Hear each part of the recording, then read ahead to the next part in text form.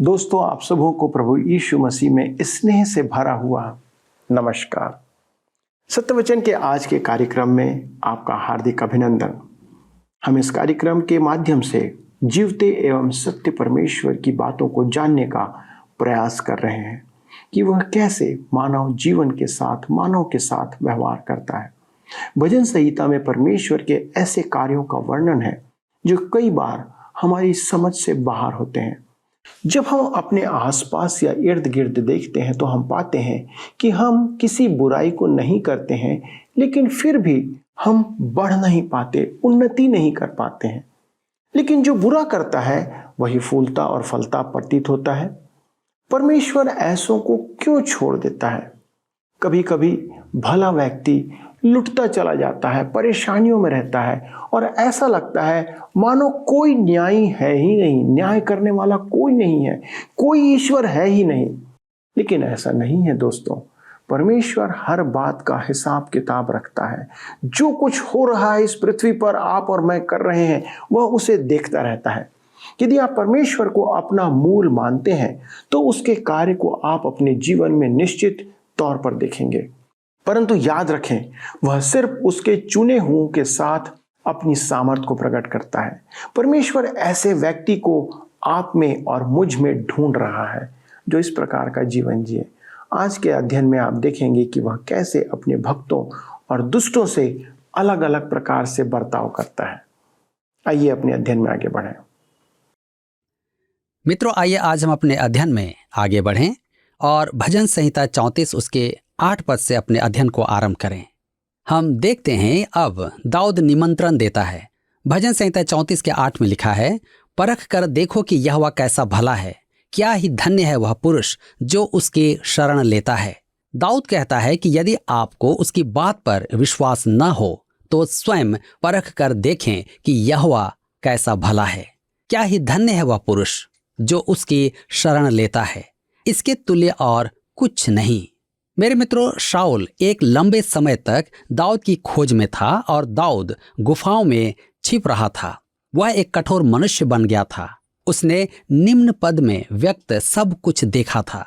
भजन 34 के 10 में लिखा है, जवान सिंहों को तो घटी होती और वे भूखे भी रह जाते हैं, परंतु यहोवा के खोजियों को किसी भली वस्तु की घटी ना होगी। दाऊद ने शेर के बच्चों को भोजन के लिए कूं कूं करते सुना था। उसने यह भी देखा था कि परमेश्वर के खोजियों को भोजन की कमी नहीं थी और किसी भली वस्तुओं की घटी नहीं थी। यदि शेरनी अपने बच्चों को संभाल सकती है तो निश्चय ही परमेश्वर आपको और मुझे संभाल सकता है। दाऊद ने अनुभव से यह सब सीखा था। यह व्यवहारिक विश्वास है जो हमारे लिए आवश्यक है। मैं तो रविवार की सुबह के विश्वास से उब गया हूं। लोग आराधना में आते हैं, गीत उपदेश सुनते हैं, महिमा गान गाते हैं, बस अधिकांश विश्वासियों के लिए बस यही सब कुछ है। किसी ने एक अति उत्तम बात कही, ऐसा प्रतीत नहीं होता कि आप दाग लगे कांच के पीछे से कुछ कह रहे हैं। इस युक्ति के लिए मैं परमेश्वर का धन्यवाद करता हूं। धूमिल कांच की खिड़की के पीछे से कुछ कहने में बुराई नहीं है। मैंने भी 40 वर्ष ऐसा ही किया, परंतु मैं अधिक उचित समझता हूं कि बाजारों से, कक्षा से, कार्यालय से, कारखाने से यह आवाज आती प्रतीत हो। दाऊद ने परमेश्वर की सुधि का अनुभव पाया था। वह जानता था कि यह सच है। अब हम भजन 34 के 13 में पढ़ते हैं, अपनी जीभ को बुराई से रोक रख और अपने मुंह की चौकसी कर कि उससे छल की बात न निकले। मुझे यह सीखने की आवश्यकता है। शायद आपको भी सीखने की आवश्यकता है। भजन 34 के 15 में आगे लिखा है, यहोवा की आंखें धर्मियों पर लगी रहती हैं और उसके कान भी उनकी दुहाई की ओर लगे रहते हैं।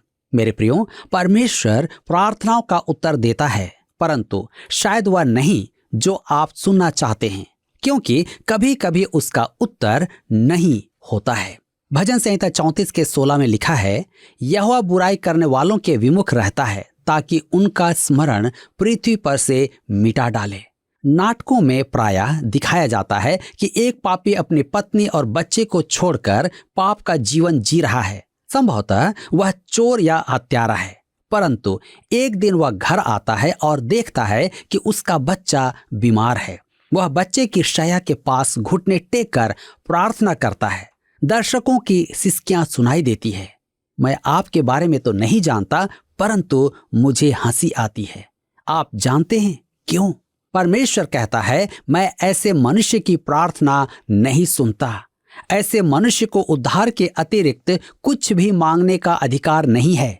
उसे क्षमा पाने की भी आवश्यकता नहीं है, क्योंकि क्षमादान तो परमेश्वर कर चुका है।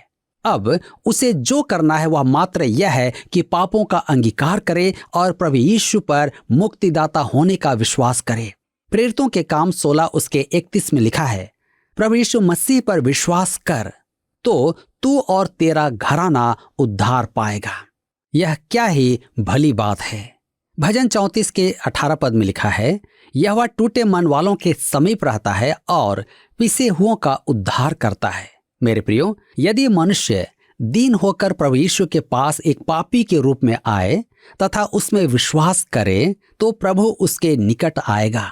यदि वह पापी जो अपने बच्चे की रोग शैया के निकट प्रार्थना कर रहा था, अपने पापों को मानकर यीशु को उद्धारकर्ता के रूप में ग्रहण करे, तो परमेश्वर उसके बच्चे के लिए उसकी प्रार्थना अवश्य सुनेगा। परमेश्वर हताश मन वालों के निकट रहता है।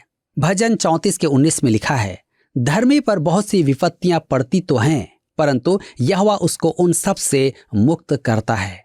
जी हाँ, चाहे कोई क्यों ना हो, वह कष्टों से मुक्त नहीं है, परंतु परमेश्वर की संतान परमेश्वर के उद्धार की प्रतीक्षा करती रहती है। वह कैसा भला है। आइए हम दाऊद के समान उसे सदा धन्य कहें। यहाँ पर भजन 34 समाप्त होता है और अब हम भजन 35 से अपने अध्ययन को जारी रखेंगे, जिसका विषय है शत्रुओं से मुक्ति दिलाने की विनती। दाऊद ने यह भजन उस समय लिखा था जिस समय राजा शाऊल उसे सता रहा था। इस भजन की पृष्ठभूमि संभवतः पहले शामुएल 24 अध्याय से है। यह धर्मी परमेश्वर से की गई दाऊद की प्रभावशाली प्रार्थना है, जिसमें वह परमेश्वर से अनुरोध करता है कि वह उसके शत्रुओं और उसके धर्मी जनों के सताने वालों को दंड दे। कुछ विश्वासियों का मानना है कि यह मसीही विश्वासी की प्रार्थना नहीं है। प्रभु यीशु ने भी ऐसा नहीं सिखाया, परंतु प्रभु यीशु ने एक विधवा का दृष्टांत अवश्य सुनाया था कि वह एक अधर्मी न्यायी के पास बार बार जाकर न्याय पाती है। यह एक तुलनात्मक दृष्टांत है। परमेश्वर भावना रहित कठोर न्यायी नहीं है। परमेश्वर तो अनुग्रहकारी, अद्भुत और अपनी संतान की सहायता के लिए उत्सुक परमेश्वर है। जी हाँ, हमें अपनी शिकायतें उसे सुनानी है। पौलुस विश्वासियों से प्रबोधन करता है रोमियो के पत्र 12 अध्याय उसके 19 में, हे प्रियो, बदला न लेना परंतु परमेश्वर के क्रोध को अवसर दो, क्योंकि लिखा है, बदला लेना मेरा काम है, प्रभु कहता है मैं ही बदला दूंगा। आपको और मुझको बदला नहीं लेना है, हमें परमेश्वर के हाथ में छोड़ देना है। यह उसका विभाग है। वह आपसे और मुझसे अधिक अच्छा काम करेगा। मेरे मित्रों, मैं स्पष्ट कहना चाहता हूं, मैंने अनेक जनों को परमेश्वर के हाथों में छोड़ दिया, जबकि मैं तो उनका मुंह तोड़ देना चाहता था। मुझे कभी कभी ऐसा बोध हुआ कि व्यर्थ समय गंवाने से कोई लाभ नहीं। मैं एक ढोंगी को जानता हूं जो बगल में बाइबल दबाए घूमता है। परमेश्वर ने उसके बारे में मुझसे कहा, उस पर वार मत कर, यह उचित नहीं होगा, यह तेरा विश्वास का आचरण नहीं है। मुझ में विश्वास रख, बदला लेना मेरा काम है, मैं उसकी ताड़ना करूंगा। अतः मैंने उसे परमेश्वर को सौंप दिया कि दंड दे। हमें विश्वास के मार्ग पर चलना सीखना है। इस भजन को लिखते समय दाऊद संकटों से घिरा हुआ था। वह शाऊल से जान बचाकर भाग रहा था, परंतु शाऊल को घात करने का अवसर हाथ लगने पर भी उसने उसे नहीं मारा। शाऊल जान गया था कि दाऊद ने उसे जीवन दान दिया है और पहला शामुएल 24 अध्याय में वह स्वीकार करता है कि परमेश्वर ने दाऊद को राज्य दे दिया है तथा दाऊद उससे बढ़कर धर्मी है, परंतु समझौता करके उसे घर लौटा लाने की अपेक्षा वह उसे बैरी ही मानता रहा। दाऊद की यह पश्चातापी प्रार्थना एक भविष्यवाणी भी है। दाऊद का उत्पीड़न महाक्लेश में इस्राएल के कष्टों का प्रतिरूप है। धर्मी के न्याय की पुकार का उत्तर यीशु अपने दूसरे आगमन पर देगा। वह न्याय करेगा और परमेश्वर के चुने हुओं का उद्धार करेगा। आइए हम पढ़ें भजन 35 उसके 4 और 5 पद। जो मेरे प्राण के ग्राहक हैं वे लज्जित और निरादर हों, जो मेरी हानि की कल्पना करते हैं वे पीछे हटाए जाएं और उनका मुंह काला हो। वे वायु से उड़ जाने वाली भूसी के समान हो और यहोवा का दूत उन्हें हाँकता जाए। देखिए, दाऊद परमेश्वर के हाथों में छोड़ देना चाहता है। यहाँ दूसरी बार परमेश्वर के दूत का उल्लेख किया गया है। पहली बार भजन 34 उसके 7 में किया गया था। मैं फिर कहता हूं कि परमेश्वर का दूत देह धारण से पूर्व प्रभु यीशु है। वह उद्धारकर्ता और न्याय करने वाला परमेश्वर है। भजन 35 के 6 से 8 में लिखा है, उनका मार्ग अंधियारा और फिसलन भरा हो और यहोवा का दूत उनको खदेड़ता जाए, क्योंकि अकारण उन्होंने मेरे लिए अपना जाल गड्ढे में बिछाया, अकारण ही उन्होंने मेरा प्राण लेने के लिए गड्ढा खोदा है।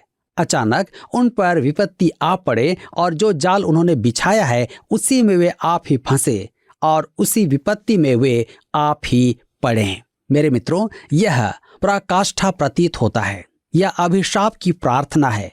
मेरे विचार में आज विश्वासी के लिए ऐसी प्रार्थना करना अनुचित नहीं, क्योंकि परमेश्वर ने हमको आदेश दिया है कि बदला लेना हम उस पर छोड़ दें। अब यदि आप यह सोचें कि परमेश्वर बुराई करने वालों को बदला नहीं देगा, तो यह आपकी भूल है। वह बदले की भावना से नहीं, न्याय, धार्मिकता और पवित्रता के कारण बदला देगा। हमें अपना बदला परमेश्वर के हाथों में छोड़ देना चाहिए। वही है जो सब बातों को सही करेगा। यह एक अति उत्तम भजन है। मनुष्य की आत्मा के लिए महान सांत्वना और शांति देने वाला है। भजन 35 उसके 9 से 10 पद में लिखा है, परंतु मैं यहोवा के कारण अपने मन में मगन होऊंगा, मैं उसके किए हुए उद्धार से हर्षित होऊंगा। मेरी हड्डी हड्डी कहेगी, हे यहोवा, तेरे तुल्य कौन है, जो दीन को बड़े बड़े बलवंतों से बचाता है और लुटेरों से दीन दरिद्र लोगों की रक्षा करता है। जीवन के इस पल में दाऊद एक कंगाल मनुष्य था। जब दाऊद देश से बाहर था, तब उसके पास ऋण से दबे निराश, असंतुष्ट जन आते थे। ये लोग उसके साथी हुए। उन्होंने उसके कष्ट में जीवन और कंगाली को बांटा, परंतु परमेश्वर उनके साथ था और उसने उनको बड़े बड़े बलवंतों से बचाया तथा लुटेरों से दीन दरिद्रों की रक्षा की। भजन 35 के 16 में हम पढ़ते हैं, उन पाखंडी भाड़ों के समान जो पेट के लिए उपहास करते हैं, वे भी मुझ पर दांत पीसते हैं। भाड़ वास्तव में उस युग में जोकर होते थे, जो भोज के समय अतिथियों के मनोरंजन के लिए किराए पर बुलवाए जाते थे। यहाँ वे दाऊद को इसी प्रकार का जोकर कह रहे थे, क्योंकि वह शाऊल से दूर भाग रहा था। वे शायद उसका ठट्ठा कर रहे थे। उसने गोलियात को मारा, परंतु शाऊल से डर रहा है। आज हमारे चारों ओर भी पाखंडी हैं, जिन्हें आप कलीसिया में देख सकते हैं। मैं लंबे समय तक सेवा में रहा हूं और मैंने उन्हें देखा है। अब क्योंकि मैं सेवा में हूं, इसलिए मैं उन बातों को कहने से नहीं चूकूंगा। ये भाड़ कलीसिया की गवाही को खराब करते हैं। कलीसिया प्रभु यीशु की दुल्हन है। कलीसिया के निमित्त परमेश्वर के पास अब भी एक योजना है, परंतु आवश्यक यह है कि कोई आंतरिक शोधन करे। हमें संसार का न्याय नहीं करना है, परंतु कलीसिया को भीतर से जांचना अवश्य है। वहां ईश्वर भक्तों का ठट्ठा करने वाले हैं। वे ईश्वर भक्तों के विषय झूठी बातें बड़ी पवित्रता से फैलाते हैं। वे भाड़ हैं। वे परमेश्वर के दरबार के भाड़ हैं, जो भक्तों का ठट्ठा करते हैं। मेरे मित्रों, यह जानना उचित है कि धर्मी जन ठट्ठा सहन करते हैं, कष्ट भोगते हैं और बैरी उनके कष्टों से आनंदित होता है, परंतु अंत में उनका उद्धार होता है। धर्मी जन परमेश्वर के राज्य के भागी होंगे। मेरे प्रियो, यहाँ पर भजन 35 समाप्त होता है और अब हम आगे बढ़ते हुए भजन 36 से अपने अध्ययन को बनाए रखेंगे, जिसका विषय है दुष्ट का चित्रण। इस भजन का शीर्षक है यहोवा के दास दाऊद का भजन। यह भजन हमें मनुष्य के मन का दर्शन कराता है जो दुष्ट है। यिर्मयाह की पुस्तक 17 अध्याय के 9 पद में लिखा है, मन तो सब वस्तुओं से अधिक धोखा देने वाला होता है, उसमें असाध्य रोग लगा है उसका भेद कौन समझ सकता है? परमेश्वर के पास इस हृदय रोग का उपचार है। आइए हम पढ़ें भजन 36 उसके 1। लिखा है, दुष्ट जन का अपराध मेरे हृदय के भीतर यह कहता है कि परमेश्वर का भय उसकी दृष्टि में नहीं है। यूनानी भाषा की बाइबल सेप्तुअजिंट में यह पद इस प्रकार अनुवाद किया गया है, दुष्ट के मन में अपराध की यह वाणी है। मन में अपराध की यह वाणी क्या है? यह हम सब में उपस्थित पुराना स्वभाव है, आदम का स्वभाव। मत्ती 15 उसके 19 पद में प्रभु यीशु मसीह कहता है, बुरे विचार, हत्या, परस्त्री गमन, व्यभिचार, चोरी, झूठी गवाही और निंदा मन ही से निकलती है। यह मानवीय मन की कुरूप उत्पत्ति है। परमेश्वर का भय उसकी दृष्टि में नहीं है। रोमियो के पत्र में पौलुस इसका संदर्भ देता है। यह दुष्ट का प्रगटीकरण है। रोमियो के पत्र 3 के 18 में लिखा है, दुष्ट के मन में अपराध की वाणी है। इस पुराने दुष्ट स्वभाव की पकड़ मनुष्यों पर है। मैं उनसे कुछ कहना चाहता हूं जो कहते हैं विवेक की अगुवाई में रहो। आपका विवेक आपका मार्गदर्शक नहीं हो सकता। पवित्र आत्मा आपका मार्गदर्शक है। आपका विवेक आपको सही और गलत का बोध कराता है। पवित्र आत्मा को अपना मार्गदर्शक होने दे। आपका विवेक आपको गलत करने पर कोसेगा। भजन 36 उसके 2 में लिखा है, वह अपने अधर्म के प्रकट होने और घृणित ठहरने के विषय अपने मन में चिकनी चुपड़ी बातें विचारता है। मैथ्यू हेनरी अपनी टीका में एक अति रोचक बात कहते हैं। वह कहते हैं कि पापी आत्मविनाशक है। वे स्वयं को धोखा देकर स्वयं का विनाश करते हैं। यदि वे स्वयं से धोखा न करते तो शैतान उन्हें नहीं छलता। परंतु क्या छल करने वाला सदा बना रहेगा? नहीं। वह दिन आने वाला है जब पापी छला नहीं जाएगा, जब उसका अपराध घृणित पाया जाएगा। मेरे विचार में भटके हुओं को जिस एक बात के साथ अनंत जीवन जीना पड़ेगा वह है उनका पुराना स्वभाव, जिससे वह घृणा करना सीखेगा। यही एक बात है जो उसकी चमड़ी के भीतर उसका अपना छोटा सा नरक होगा। भजन 36 के 3 में लिखा है, उसकी बातें अनर्थ और छल की हैं। उसने बुद्धि और भलाई के काम करने से हाथ खींचा है। मुझे याद है एक बार मेरी भेंट एक सेवानिवृत्त संभ्रांत दिखने वाले पुरुष से हुई। उसके मुंह के उद्गार अपराध के अतिरिक्त कुछ नहीं थे। उसका प्रत्येक शब्द परमेश्वर का नाम व्यर्थ लेना ही था। उसकी बातें अनर्थ और छल की हैं। भजन 36 के 4 में हम पढ़ते हैं, वह अपने बिछौने पर पड़े पड़े अनर्थ की कल्पना करता है। वह अपने कुमार्ग पर दृढ़ता से बना रहता है। बुराई से वह हाथ नहीं खींचता। मेरे प्रियो, सोते समय वह अगले दिन की बुराई सोचता है। यह एक भयानक बात है। अब हमारे परमेश्वर का चित्रण है भजन 36 उसके 5 से 7 में। आइए पढ़ें। हे यहोवा, तेरी करुणा स्वर्ग में है, तेरी सच्चाई आकाश मंडल तक पहुंची है। तेरा धर्म ऊंचे पर्वतों के समान है, तेरे नियम अथाह सागर ठहरे हैं। हे यहोवा, तू मनुष्य और पशु दोनों की रक्षा करता है। हे परमेश्वर, तेरी करुणा कैसी अनमोल है। मनुष्य तेरे पंखों के तले शरण लेते हैं। ये शब्द कैसे अद्भुत वचन हैं। इसी परमेश्वर का मनुष्य त्याग करता है। मनुष्य इस परमेश्वर का भय नहीं मानता है। दुष्ट इस परमेश्वर को नहीं जानते और न ही उसकी छांव में रहना क्या है यह जानते हैं। यह वह स्थान है जहां धर्मी जन शरण लेता है। मैं यहोवा के पंखों के विषय चर्चा करने में प्रसन्न रहता हूँ। निर्गमन 19 के 4 में परमेश्वर ने इस्राएल से कहा, तुमने देखा है कि मैंने मिस्रियों से क्या क्या किया। तुमको मानो उका पक्षी के पंखों पर चढ़ाकर अपने पास ले आया हूँ। उसके पंखों की छांव में सुरक्षा, विश्राम और उसके प्रेम की गर्मी है। मत्ती 23 के 37 में प्रभु यीशु ने कहा, हे यरूशलेम, हे यरूशलेम, तू भविष्यद्वक्ताओं को मार डालता है और जो तेरे पास भेजे गए उन पर पथराव करता है। कितनी ही बार मैंने चाहा कि जैसे मुर्गी अपने बच्चों को अपने पंखों के नीचे इकट्ठा करती है, वैसे ही मैं भी तेरे बालकों को इकट्ठा कर लूं, परंतु तुमने ना चाहा। इसी परमेश्वर का आज अनेक लोग त्याग करते हैं। मैं नहीं जानता कि आप कैसे हैं। भजन 36 उसके 11 और 12 पद में लिखा है, अहंकारी मुझ पर लात उठाने ना पाए और ना दुष्ट अपने हाथ के बल से मुझे भगाने पाए। वहां अनर्थकारी गिर पड़े हैं, वे ढकेल दिए गए और फिर उठ ना सकेंगे। मेरे मित्रों, दाऊद प्रार्थना करता है कि परमेश्वर उसे अपनी दया और अपना अनुग्रह प्रदान करना न छोड़े, जिससे कि वह दुष्ट के हाथों में ना पड़े। यह प्रार्थना प्रत्येक विश्वासी को करनी है। हम दुष्ट और अधर्म संसार में वास कर रहे हैं। मेरी प्रार्थना सदा यही रही है, हे परमेश्वर, मुझे दुष्टों के हाथ में न पड़ने दे। इसी के साथ भजन 36 समाप्त होता है और अब हम अपने अध्ययन को भजन 37 से जारी रखेंगे।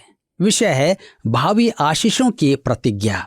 यह दाऊद का भजन है जो उसके अनुभवों की व्याख्या और इस्राएल के बचे हुओं के लिए भावी प्रतिज्ञा है, जिसे इब्रानी वर्णमाला के क्रम में लिखा गया है।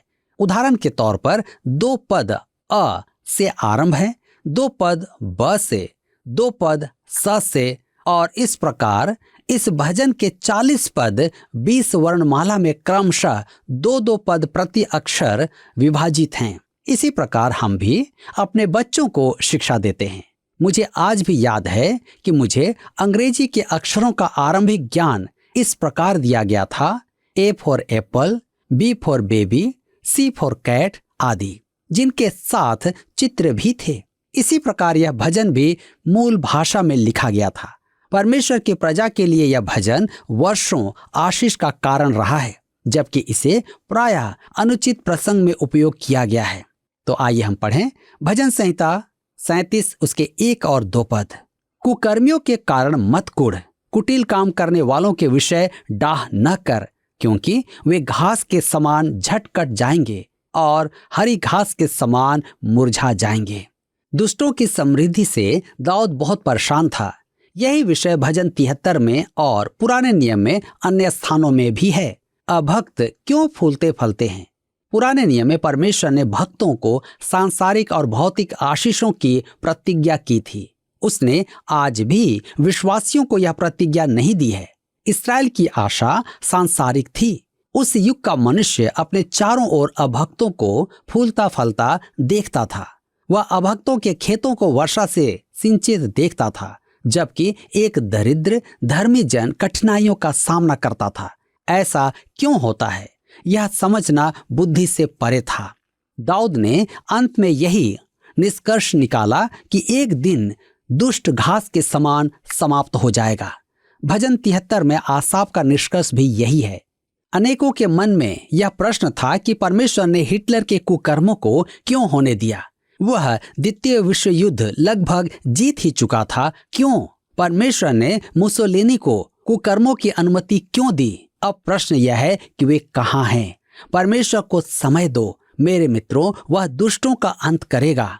हमें दुष्टों को नहीं, उनके अंत को देखना है। यदि दुष्टों को फलता देख आप परेशान हो जाते हैं तो आपकी समस्या के समाधान के अनेक साधन हैं। भजन 37 के 3 में लिखा है, यहोवा पर भरोसा रख और भला कर, देश में बसा रह और सच्चाई में मन लगाए रह। परमेश्वर ने मनुष्य से प्रतिज्ञा की कि दुष्टों की चिंता छोड़कर मुझ पर विश्वास कर, मैं तेरी सुधि लूंगा। भजन 37 के 4 में आगे लिखा है, यहोवा को अपने सुख का मूल जान और वह तेरे मनोरथों को पूरा करेगा। मित्रों, यह प्रतिज्ञा तो इस्राएल के लिए परंतु हमारे लिए भी प्रासंगिक है। मैं यह तो नहीं जानता कि वह आपकी व्यवस्था को आशीषित करेगा या नहीं, परंतु आप पर आत्मिक आशीषों की वर्षा अवश्य करेगा।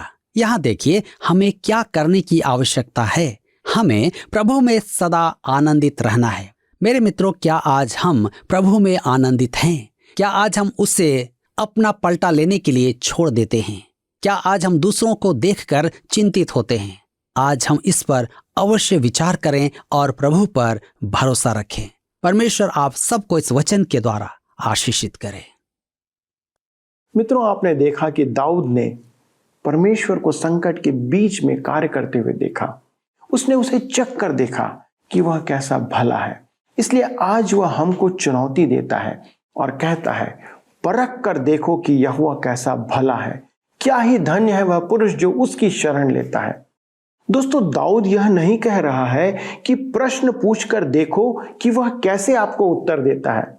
हम परमेश्वर को उसके कार्य के लिए ना तो प्रश्न पूछ सकते हैं और ना उस पर संदेह कर सकते हैं। दोस्तों, परमेश्वर का वचन कभी नहीं कहता कि जो परमेश्वर पर विश्वास करते हैं वे कभी दुख नहीं उठाएंगे। आप ऐसी शिक्षाओं से सदा सावधान रहें, या ऐसे संदेश वाहकों से सावधान रहें जो ऐसी शिक्षा देते हैं कि सिर्फ आशीष ही आशीष आपको मिलेगी। परमेश्वर का वचन कहता है, धर्मी पर बहुत सी विपत्तियां पड़ती तो हैं, परंतु यहोवा उनको उन सब से मुक्त करता है। वह उसकी हड्डी हड्डी की रक्षा करता है और उनमें से एक भी टूटने नहीं पाती। ध्यान दें मित्रों, यह प्रतिज्ञा हर एक जन के ऊपर लागू नहीं होती है, पर सिर्फ उनके लिए जो उसकी खोज में रहते हैं, उसके लोग हैं जो उसे खोजते रहते हैं। हर एक जन परमेश्वर की आशीष की आशा तो करता है, लेकिन हर एक जन उसकी खोज में नहीं रहता। वचन कहता है, यहोवा की आंखें धर्मियों पर लगी रहती है और उसके कान उनकी दुहाई की ओर लगे रहते हैं। दोस्तों, अपने बारे में आज विचार करें, आप किस समूह में हैं। यह निर्धारित करेगा कि आप परमेश्वर की आशीष के भागी हैं या उसकी आशीष के भागी नहीं हैं। आइए प्रार्थना करें। स्वर्गीय परमेश्वर पिता, हम धन्यवाद के साथ आपके सन्मुख आते और ये विनती करते प्रभु कि आपका वचन हमारे जीवन में कारागार साबित हो। बहुत सी बार प्रभु हम रूठे हुए होते हैं, निराश होते, परेशानियों में होते हैं, और ऐसे समय में प्रभु हमारा भरोसा आपके ऊपर से हटने लगता है। ये प्रभु, यदि हमने अब तक आप पर भरोसा नहीं किया है तो आज यह प्रार्थना करते पिता, हमारे दर्शकों के लिए जो जो इस वचन को इस समय इस प्रार्थना के द्वारा से सुन रहे हैं, अनुग्रह करें पिता कि वे अपनी विषम परिस्थितियों में, कठिन से कठिन परिस्थिति में आज आप पर भरोसा करें और आपको परख कर देखें कि आप कैसे भले परमेश्वर हैं जो संकट से निकालने की सामर्थ रखते हैं। प्रभु, आज जो आपको पुकारे, जो आपसे प्रार्थना करें, राजा हमारी विनती है उस प्रार्थना को सुनकर उनके लिए प्रभु जी आप आश्चर्य कर्म करें और आपका अनुग्रह उनके जीवन में आप प्रकट करें। धन्यवाद के साथ विनती यीशु के नाम से मांगते हैं, आमीन। प्रिय मित्रों, आज के अध्ययन में शामिल होने के लिए बहुत बहुत धन्यवाद। अगले प्रसारण में इस अध्ययन को आगे बढ़ाएंगे। आपकी उपस्थिति सदा हमें आशीषित करती और आनंदित करती है, इसलिए हमारे साथ निरंतर बने रहें। प्रभु आपको आशीष दे। पिछले प्रश्न का उत्तर है डी, स्वयं। दाऊद ने नातान नबी से स्वयं के पाप का वर्णन सुनकर स्वयं के लिए प्राण दंड का निर्णय सुनाया। आज का प्रश्न है, आज के अध्ययन के आधार पर हमने जाना कि परमेश्वर खाली स्थान मनुष्य की प्रार्थना सुनता है। ए, उद्धार प्राप्त, बी, सच्चे, सी, वचन पढ़ने वाले, डी, पापी। मित्रों, इस प्रश्न का उत्तर हमें कल सुबह 6 बजे से पहले विकल्प ए, बी, सी या डी के साथ अपना नाम, पता, स्थान के साथ 9651433397 पर SMS या व्हाट्सएप करें। सभी विजेताओं को विशेष पुरस्कार प्रदान किए जाएंगे। धन्यवाद। क्या आपको यह कार्यक्रम पसंद आया? अभी हमें एक मिस कॉल करें और आप अगले विजेता हो सकते हैं।